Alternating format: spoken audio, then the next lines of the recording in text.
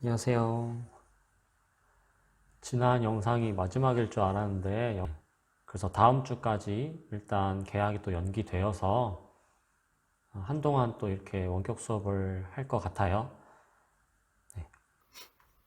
잠깐 여기 보시면 원래 이렇게 제가 앞에다가 9차시, 10차시, 11차시, 12차시 이렇게 명시를 했었죠.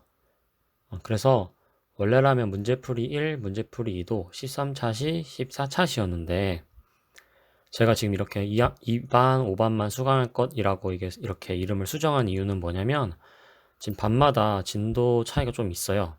그래서 뭐 예로 들면 이렇게 제가 반마다 이렇게 표시를 했죠. 몇 월, 며칠, 몇 교시에 들어라.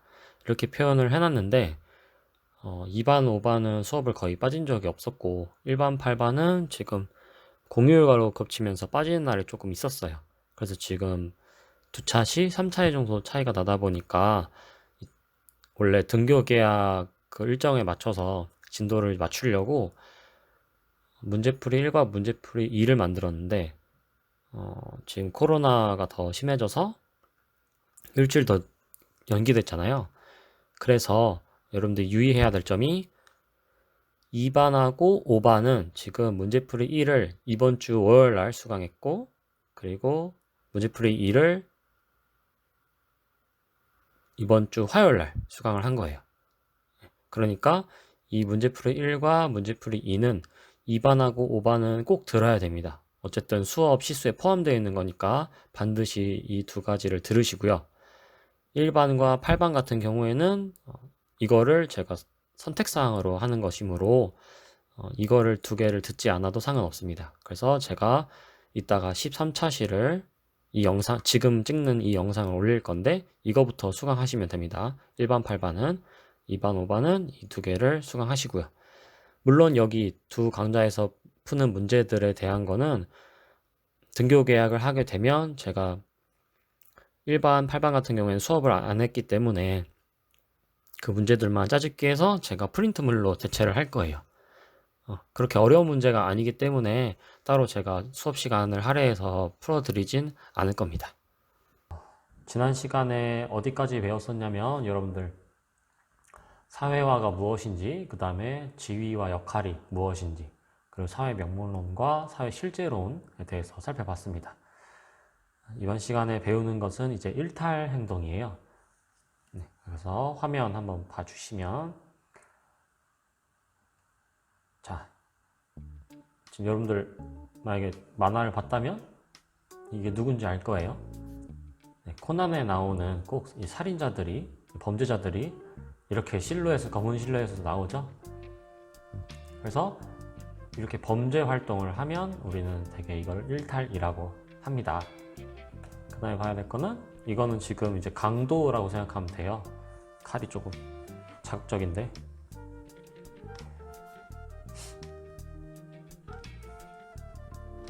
네, 그러면 이렇게 강도 활동을 하는 거는 일탈일까요? 아닐까요? 아이고, 똑같이 칼이 됐네. 네. 여러분들도 알다시피 이것도 일탈이죠, 일탈. 강도 활동도 범죄니까. 그 다음에 이거는 지금 새치기죠. 새치기는 일탈일까요? 아닐까요? 네, 이것도 일탈이죠. 새치기도 우리가 되게 이렇게 하면 안 된다.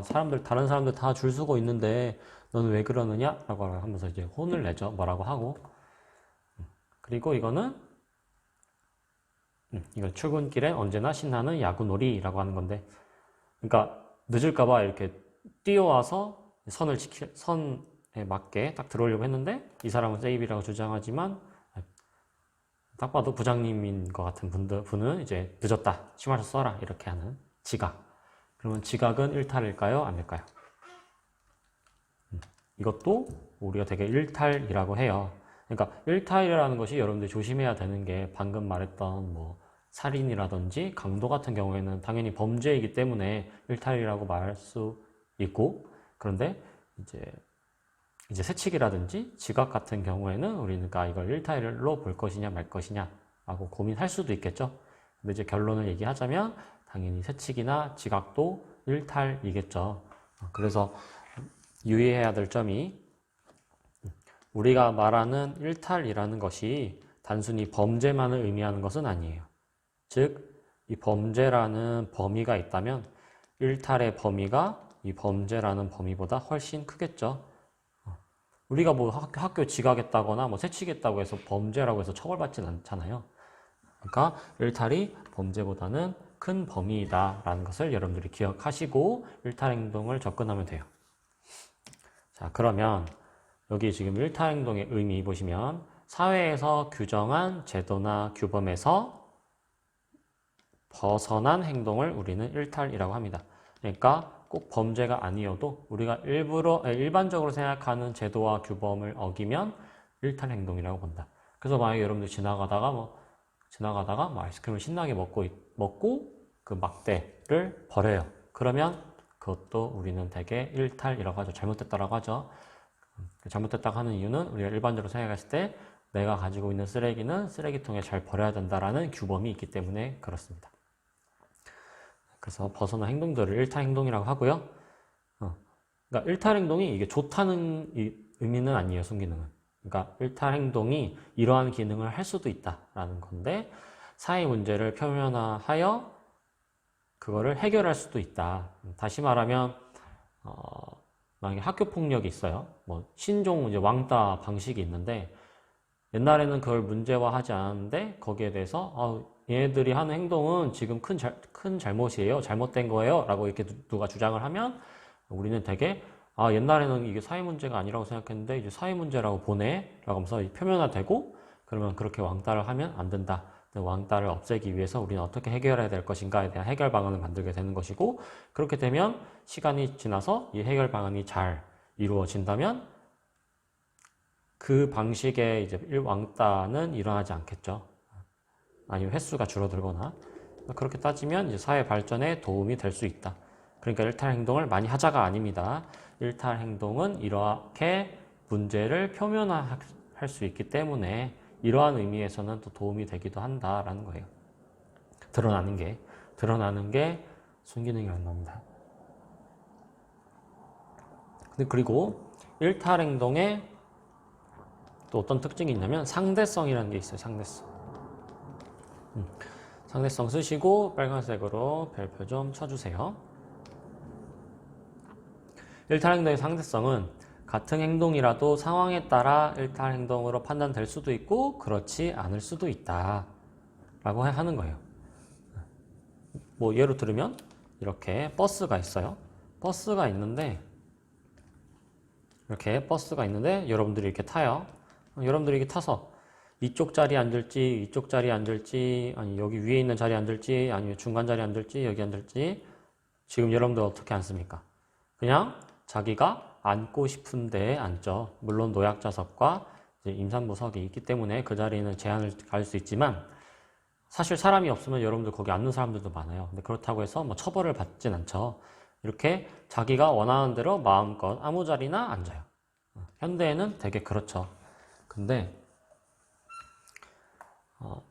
들어본 친구들도 많을 거예요. 몽고메리 버스 승차 거부 운동이라고 있었는데 옛날에 이게 몽고메리는 미국의 한 지역의 명칭인데 옛날 미국에서는 흑백 분리를 했었어요. 그걸 법적으로 보장했어요. 흑백 분리를 법적으로 보장을 했는데 이게 무슨 말이냐? 여기가 지금 버스의 모습이라고 생각하면 되는데요. 여기가 이제 승하차 하는 곳, 여기가 승하차 하는 곳이고 여기가 운전자가 앉아요. 그런데 미국은 지금 어떻게 하냐면 옛날에는 어떻게 했었냐면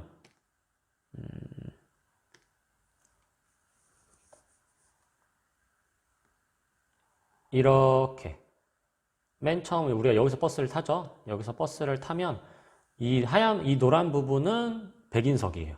그래서 백인이 앉을 수 있고요. 그 다음에 대충 한 이 지점은 백인이든 흑인이든 이제 자유석이에요. 자기가 앉고 싶으면 앉을 수 있습니다. 그리고 나머지 여기 윗부분은 누가 하냐면 흑인이 앉아요. 이렇게 흑백 분리를 하는 거예요.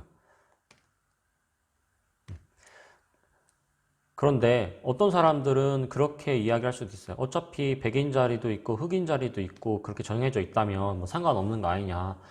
의자, 좌석도 숫자가 거의 비슷하니까 아무 상관없다라고 하지만 사실 여러분들이 흑백 분리라는 말 자체는 뭐가 전제냐면 흑인은 백인보다 열등하다가 전제되어 있어요. 그렇기 때문에 분리하는 거예요. 백인들이 피해보면 안 되니까, 섞이면 안 되니까. 일단 그런 근본적인 문제도 있지만 이거는 어떻게 운영을 했었냐면 이 노란색 부분은 당연히 백인이 앉아야 되고 여기는 이 주황색 부분은 백인이든 흑인은 다 앉아요. 그리고 여기는 흑인이 앉는다고 했죠. 하지만 여기에 이렇게 백인들이 다 앉아요. 이 노란 부분에 다 앉았어. 근데 여기에 앞에 흑인이 앉았어요. 자유석이니까. 근데 만약에 백인석이 꽉 찼는데 백인이 한 명 더 들어와요. 그러면 어떻게 해야 되냐면 이 흑인이 일어나서 자리를 비켜줘야 돼요.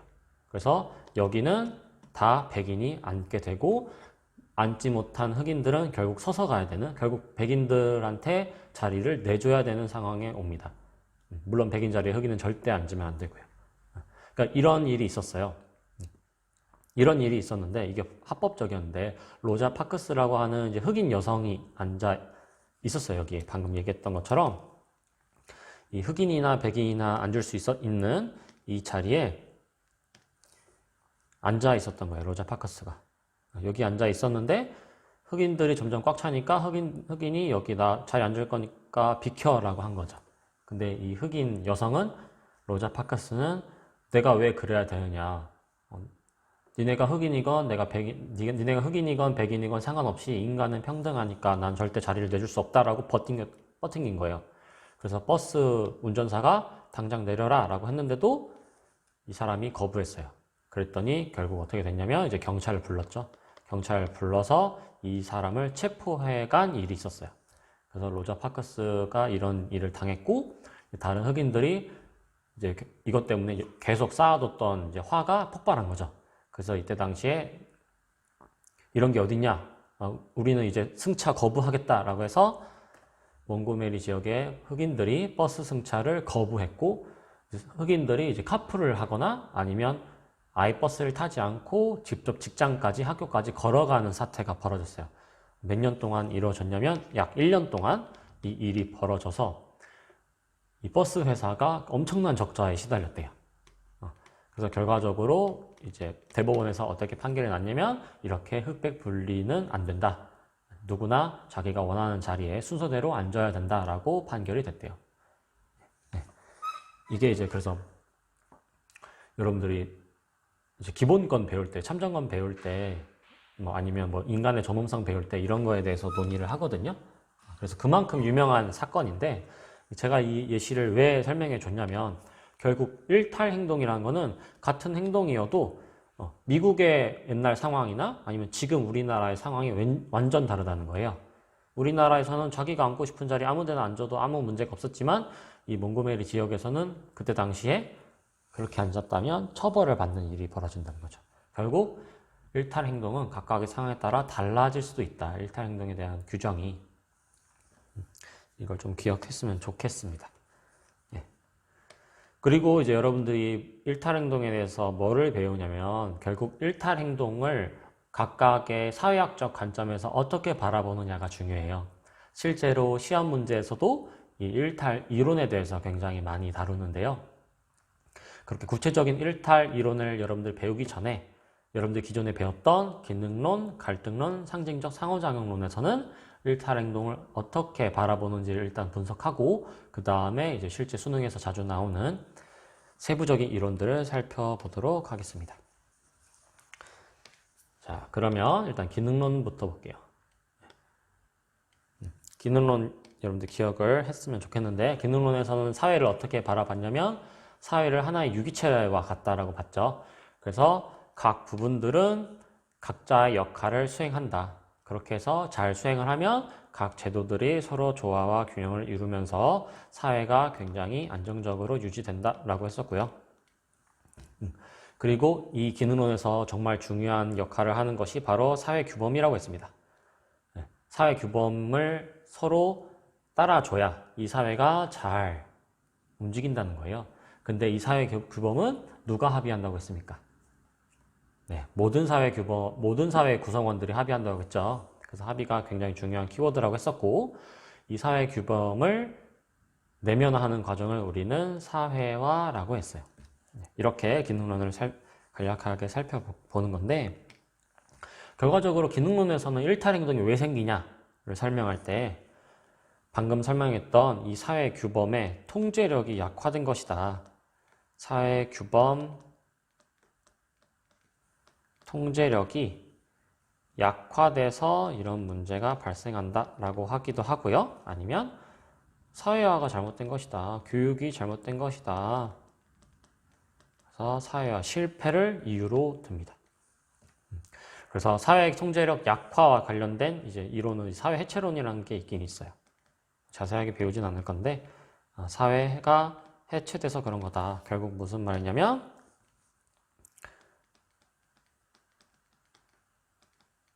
급격한 사회 변동에 의해서 기존에 우리가 사회라고 했던 그 부분들이 무너져서 발생한 것이다. 그러니까 여기서 말하는 사회 해체란 급격한 사회 변동을 말해요. 급격한 사회 변동에 의해서 기존에 그러니까 농업사회에서 공업사회, 산업사회로 넘어왔다면 농업사회에서 되게 지켰던 이런 사회 규범들은 사실 공업사회, 산업사회로 넘어오면서는 필요 없는 규범들이 많겠죠. 그러니까 농업사회의 규범 통제력이 약화될 수밖에 없다는 거예요.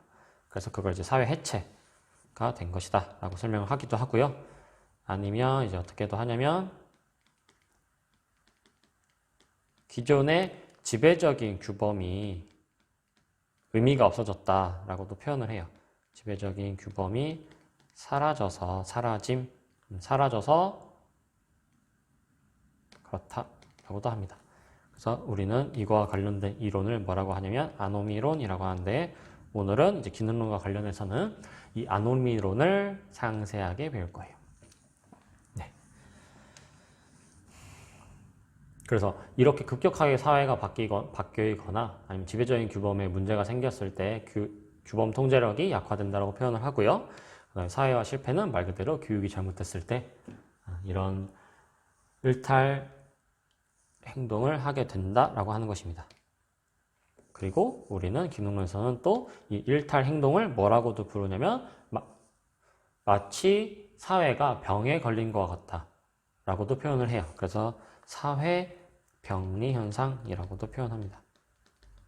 그러니까 이렇게 왜 표현한다고 했었냐면 기능론은 사회는 마치 유기체와 같다고 했잖아요. 그래서 사회 유기체이라고 했잖아요. 그러니까 유기체도 문제가 생기는 건 병에 걸리는 것으로 표현을 하는 거기 때문에 사회도 원래라면 서로 안정적이고 균형을 이루어야 되는데 문제가 생기는 거는 유기체와 같이 마치 병에 걸리는 것과 같다라고 해서 사회병리 현상이라고 하는 거예요. 자, 그 다음에 갈등론 살펴볼게요. 갈등론은 그때 뭐라고 설명을 했었냐면 사회는 지배층과 피지배층으로 이제 사람들을 구분한다고 했어요. 그런데 기능론이 말했던 모든 사회 구성원이 사회규범을 만드는 것이 아니라고 했죠. 누가 사회규범을 만드는 거라고 했냐면 지배층이 규범을 만든다고 했어요. 그러면 당연히 피지배층은 그 규범을 지켜야 되는 사람이죠. 그런데 조심해야 될 거는 지배층이 누구한테 더 유리하게 그 사회규범을 만들었겠어요. 당연히 피지배층이 아니라 지배층에 유리한 사회규범을 만들겠죠. 그러니까 피지배층 같은 경우에는 이 규범을 지키기가 좀 어려울 수도 있다. 라는 측면도 있고요. 그리고 이 피지배층이 지배층이 만든 규범을 지키지 않아서 어긋나는 행동을 하면 그걸 우리는 일탈 행동이다 라고 부르게 된다는 거예요. 네, 물론 뭐 지배층도 이 규범을 안 지킬 수도 있죠. 그래서 거기에 대해서 처벌을 받을 수도 있겠죠.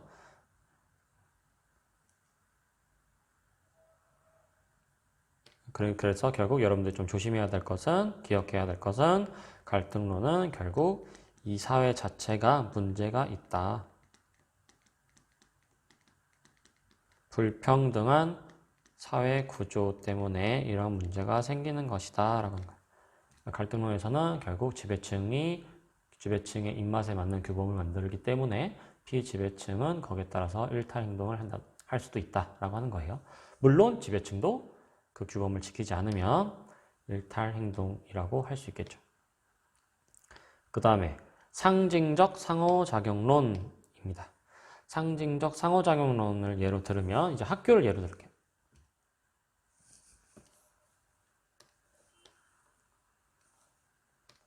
네, 학교. 그래서 예로 듣는 게 피어싱이에요. 피어싱. 이제 또 옛날 얘기를 할게요. 제 얘기를 할게요. 제 얘기를.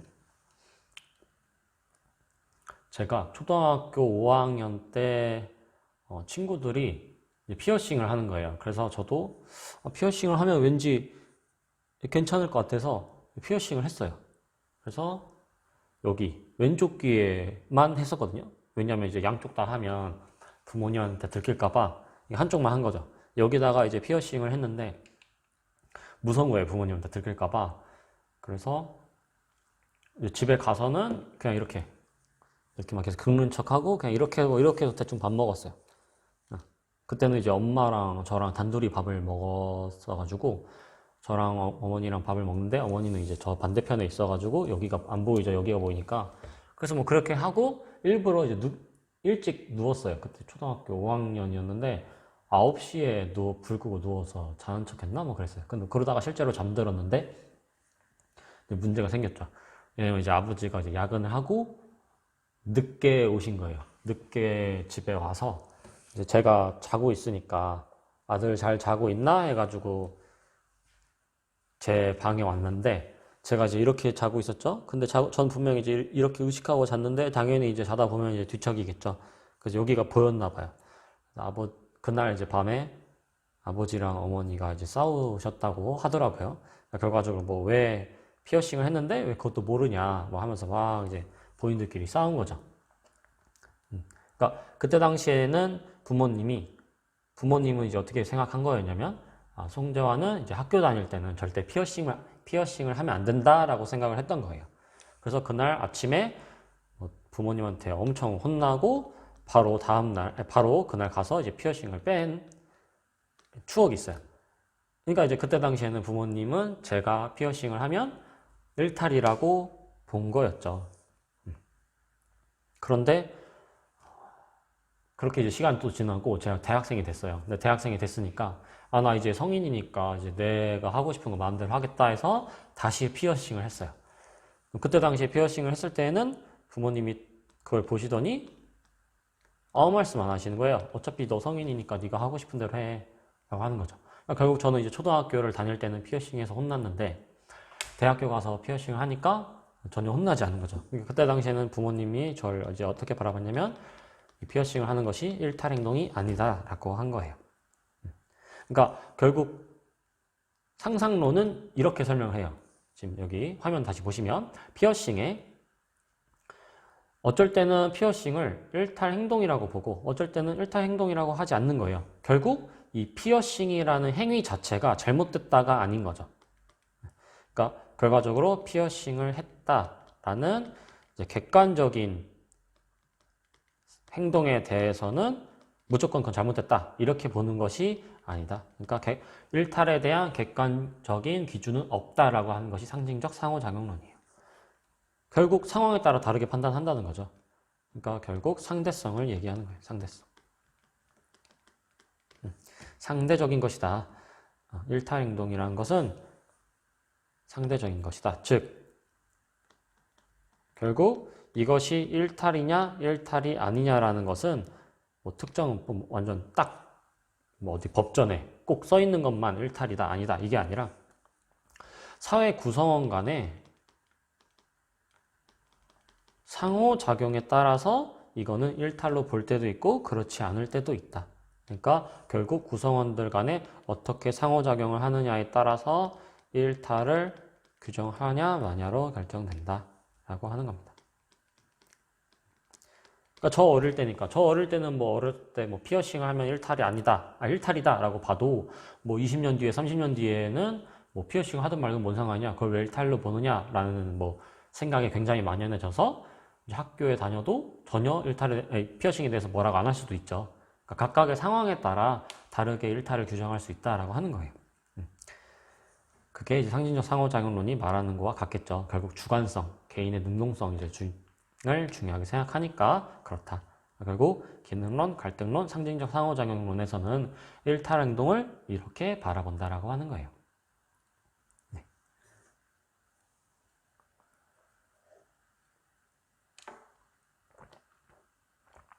자, 그러면 이제는 실제로 이제 전반적인 일탈 이론에 대해서 살펴봤다면 이번에는 좀 더 깊숙하게 들어가 볼게요. 일탈에 대해서 실제로 기능론에서는 좀 더 어떻게 구체적으로 설명을 하는지, 상상론에서는 얼마나 구체적으로 설명을 하는지를 살펴보겠습니다. 그래서 제일 먼저 배울 거는 이제 아노미론이에요. 아노미. 아노미는 프랑스 말인데, 그러니까 우리나라 말로는 뭐냐면 무규범이에요. 무규범 상태. 즉 규범이 없는 상태다라고 해요. 무규범 상태. 우리가 지켜야 될 것이 없는 상태라고 하는 겁니다. 그래서 아노미 이론이라고 하는데, 여러분들 기억해야 될 것이 아노미 이론은 여러분들을 배우는 것이 두 가지예요. 그래서 뒤르켐이라고 하는 굉장히 유명한 학자가 말하는 아노미 이론과 뒤르켐이라는 유명한 학자의 아노미 이론과 머튼이라는 학자의 아노미론이 있어요. 그래서 이 두 가지는 내용이 다르기 때문에 여러분들이 꼭 구분을 할 줄 알아야 됩니다. 반드시 구분해야 된다. 선지로도 선택지로도 다르게 나오기 때문에, 하지만 어쨌든 이 아노미론, 이 두 가지는 전부 다 기능론에 속하는, 포함되는 이론입니다. 자, 뒤르켐의 아노미론 보겠습니다. 자, 뒤르켐의 아노미론 같은 경우에는 뭘 주목하는 거냐면 급속한 사회 변동에 대해서 주목하는 거예요. 급속한 사회 변동. 사회가 굉장히 급변할 때 생기는 문제점이라는 거죠. 뭐 예를 들면 제가 예전에 예를 들었던 게, 저희 할아버지는 농사를 지으셨어요. 그러니까 농업사회에 사셨죠. 그리고 저희 아버지는 산업사회 세대예요. 그리고 저는 정보화 시대 사람인 거죠. 그러니까 3대를 거쳐서 다 다른 사회에서 살아왔던 거예요. 그러니까 뭐 예를 들면 나는 지금 열심히 공장에서 일을 했다. 공장에 고등학교 때 이제 공장과 관련된 기술을 배우고 거기에 따라서 취직을 하고 했는데, 갑자기 뭐 3차 산업혁명, 4차 산업혁명을 말하면서 공장에서는 이제 사람의 노동력을 쓰지 않겠대요. 그래서 컴퓨터로만, 이제 시스템으로만 공장을 운영하겠다. 굉장히 극소수의 사람만 남기고 다 이제 내보내겠다 해서 저는 해고당한 거죠. 그렇다면 이미 제가 어렸을 때만 해도 산업사회였는데, 지금 제가 나이가 들으니까 정보화 시대가 된 거죠. 정보화 사회가. 근데 만약에 제가 이렇게 해고를 당했으면 제가 바로 이제 취직을 하면 좋은데, 사실 취직하기 어렵다는 거예요. 왜냐면 사회는 이렇게 급변했는데 저는 이미 오랜 시간 동안 산업사회에 관련된 기술들만 배운 거죠. 그러니까 저는 거기에 대해서 내가 여태 살아왔던 방식은 이런 건데 사회는 바뀌었네? 그럼 난 어떻게 대처해야 되지? 라고 하면서 막막해서 취직도 못하게 되고 사회도 적응하기 굉장히 어렵다는 거예요. 그러니까 결국 급속한 사회 변동에 의해서 제가 가지고 있었던 규범에 전혀 따르지 못하는 거죠. 그러니까 저는 그 어떤 규범도 지금 가지고 있지 못한 상황인 거죠. 그래서 무규범 상태 이라고 표현할 수도 있고, 아니면 반대로 나는 지금 예전에 가지고 있었던 건 이제 산업사회에 가지고 있었던 규범이었고, 지금 다시 배워야 되는 거는 정보화 사회에 대한 규범이라는 거예요. 이 두 가지 규범이 혼재하니까 만약에 서로 성질이 다르고 서로 원하는 것들이 다르다면 저는 거기서 이제 혼란을 야기할 수도 있겠죠. 아, 그러면 산업사회 걸 따라야 된다는 거야? 정보화 사회 걸 따라야 된다는 거야? 라고 고민할 수도 있는 거예요. 그러니까 무규범 상태이거나 규범이 두 개가 혼재되어 있는 이중 규범 상태에서 고민을 할 수도 있다. 즉 개인이 행동의 지침을 잃게 될 수도 있다라는 거 하는 거예요. 디르켐에 따르면.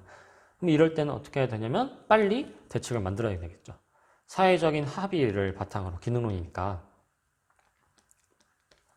사회적 합의의 바탕을 둬서 새로운 규범을 만들어서 저 같은 사람들도 이 새로운 사회에 적응할 수 있도록 규범을 정립하고 사회 규범을 결국 통제력을 회복시켜야 되겠죠.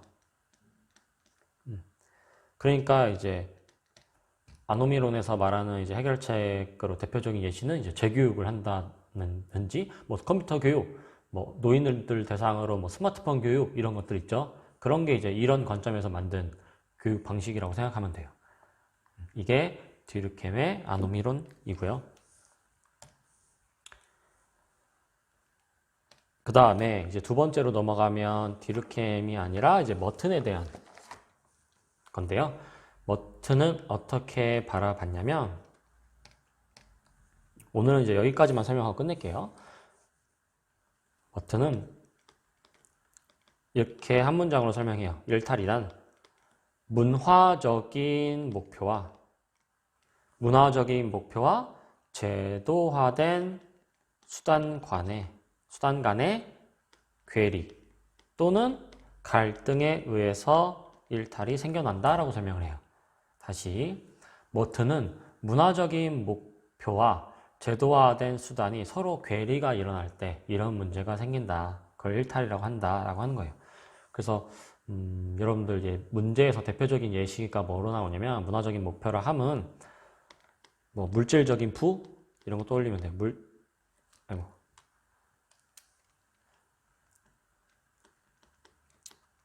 물질적인 성공을 문화적인 목표. 그러니까 문화적인 목표라고 함은 사회가 인정하는 목표예요. 사회가 인정하는 목표. 지금 우리는 어느 사회에 살아가고 있냐면 자본주의 시대에 살아가고 있죠.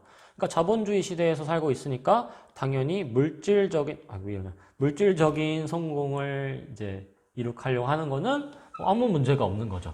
자본주의 사회에서는. 그러니까 문화적인 목표라 하면 그 사회가 인정하는 목표라고 생각하면 돼요. 그러니까 만약에 내가 물질적인 목표를 이룩하려고 해요. 그럼 제도화된 수단이란 뭐냐? 마찬가지예요.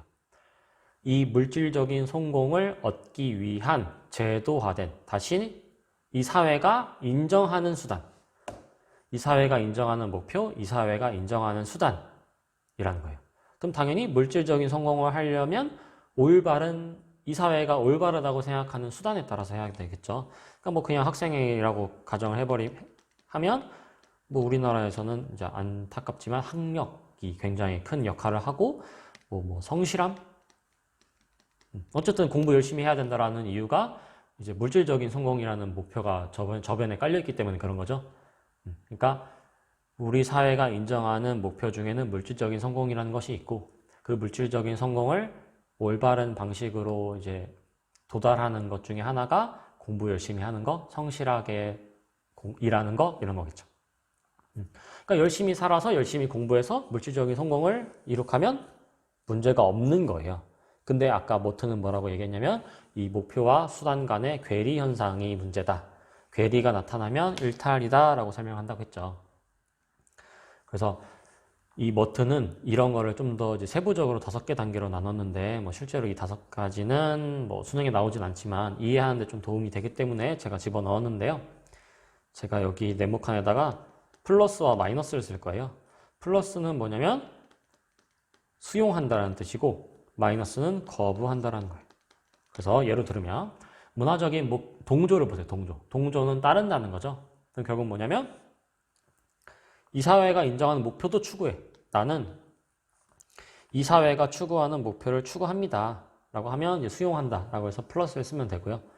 동조니까 제도적인 수단도 따라요. 물질적인 성공을 난 하고 싶어. 그런데 나는 그렇기 때문에 공부 열심히 할 거야. 라고 하면 제도화된 수단도 잘 따른 것이고, 문화적인 목표도 잘 따라서 동조라고 합니다. 그러면 혁신은 뭐냐? 목표는 추구해요. 하지만 그 목표가 아니라 다른 수단을 이제 따르는 거죠. 다른 수단. 목표는 따릅니다. 다시 말하면 물질적인 성공은 얻고 싶어. 그런데 공부로서는 얻고 싶지 않아. 아니면 열심히 공부해서 뭐 하고 싶지 않아. 그래서 뭐 예로 들면 컨닝 하는 거죠. 컨닝. 아, 나 이번에 1등급 맞아야 되는데, 아, 근데 제일 공부 잘하는 애 답안지가 보이네? 나 거기다 체크해야지 하면서 그거 보고 막 체크하는 거죠. 그러면 컨닝하면 어쨌든 물질적인 성공은 난 추구하는 거긴 하지만 이 사회가 인정하는 방식이 아닌 다른 방식으로 추구하는 거니까 컨닝 잘못된 거죠. 그러니까 혁신이라고 말해서 굉장히 긍정적인 것처럼 보이지만 어쨌든 이거는 잘못된 거죠. 왜냐면 문화적 목표와 제도화된 수단의 괴리, 갈등이 일어나니까. 의례주의는 반대로 문화적인 목표를 딱히 추구하진 않지만 제도적인 수단은 뭐 따르는 거예요. 그러니까 뭐 딱히 물질적인 성공에 관심은 없지만 뭐 선생님이나 부모님이 뭐 하도 공부하라고 하니까 뭐 아무 생각 없이 그냥 열심히 하자. 그래서 대충 성실하게 딱히 목표 없이 공부한다. 뭐 이러면 이럴 수도 있는 이렇게 표현할 수도 있겠죠. 그런데 이제 우리가 대표적으로 의례주의에 대한 예시는 뭐냐면 관료주의예요, 관료주의. 관료제를 우리가 다음 시간에 배울 건데 나중에 뭐냐면 관료제에서 나타나는 대표적인 문제점이거든요. 그러니까 제가 뭐 공무원인데 열심히 공부해서 공무원이 됐어요.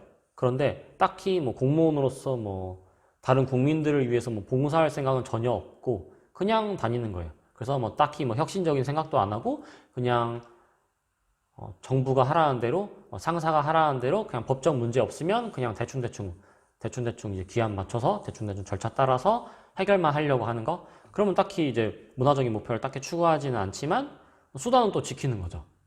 그러니까 일단은 합법적인 뭐 문제, 그러니까 불법적인 뭐 범죄를 저지르는 일도 없어요. 합법적이기는 하지만 목표는 추구하지 않는 그런 걸 이제 의례주의라고 하고요. 도피주의 같은 경우에는 둘 다 마이너스예요.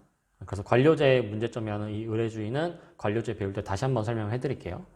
그래서 도피주의는 목표도 따르지 않고 올바른 수단도 하지 않는다. 그래서 우리는 대표적인 예시로 뭐를 설명하냐면 약물 중독을 얘기해요.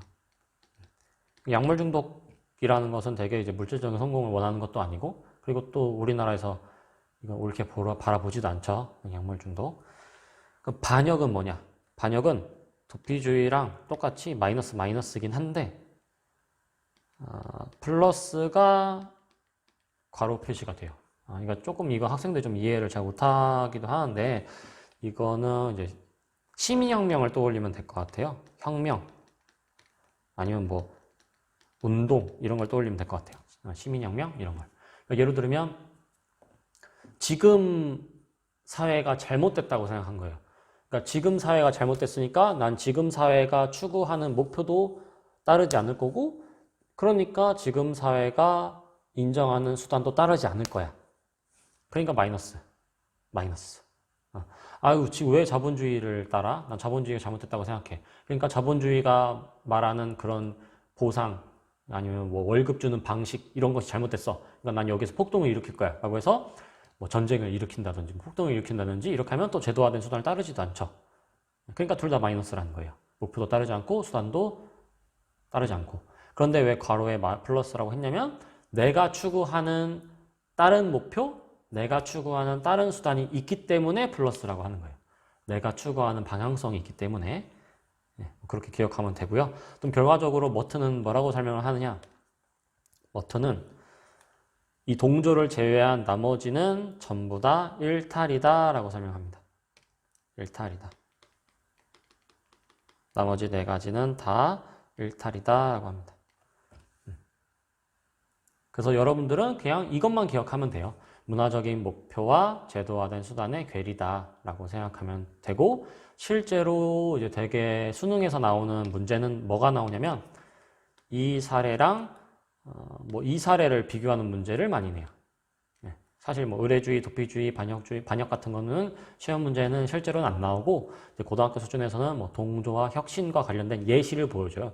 뭐 동조냐, 혁신이냐 이런 말도 물어보지 않고 그냥 문화적인 목표와 제도화된 수단 간의 괴리 현상을 사례로 보여주고 시험 문제에 내요. 그러니까 이제 해결 방안도 이렇게 써주는 거예요. 사회적 목표를 이룰 수 있는 적합한 수단을 제공하자라고 하는 거예요. 왜냐하면 대개 시험 문제에서는 이걸 내니까 일단 목표는 따르니까 상관이 없는데 수단을 따르지 않으니 적합한 수단을 따라라 라고 하는 겁니다. 수업이 좀 길었네요. 네, 어쨌든 오늘은 이제 일탈 행동을 어떻게 설명하는지, 그리고 일탈 행동을 바라보는 기능론, 갈등론, 상호 작용론의 관점을 살펴봤고요. 그리고 기능론 중에서 좀 세부적인 디르켐의 아노미 이론, 그 다음에 머튼의 아노미 이론 이렇게 배웠습니다. 네, 그리고 나머지 이제 갈등론, 차별적 교제 이론, 낙인 이론과 각종 문제들은 다음 시간에 살펴보도록 하겠습니다. 네, 수고 많으셨습니다.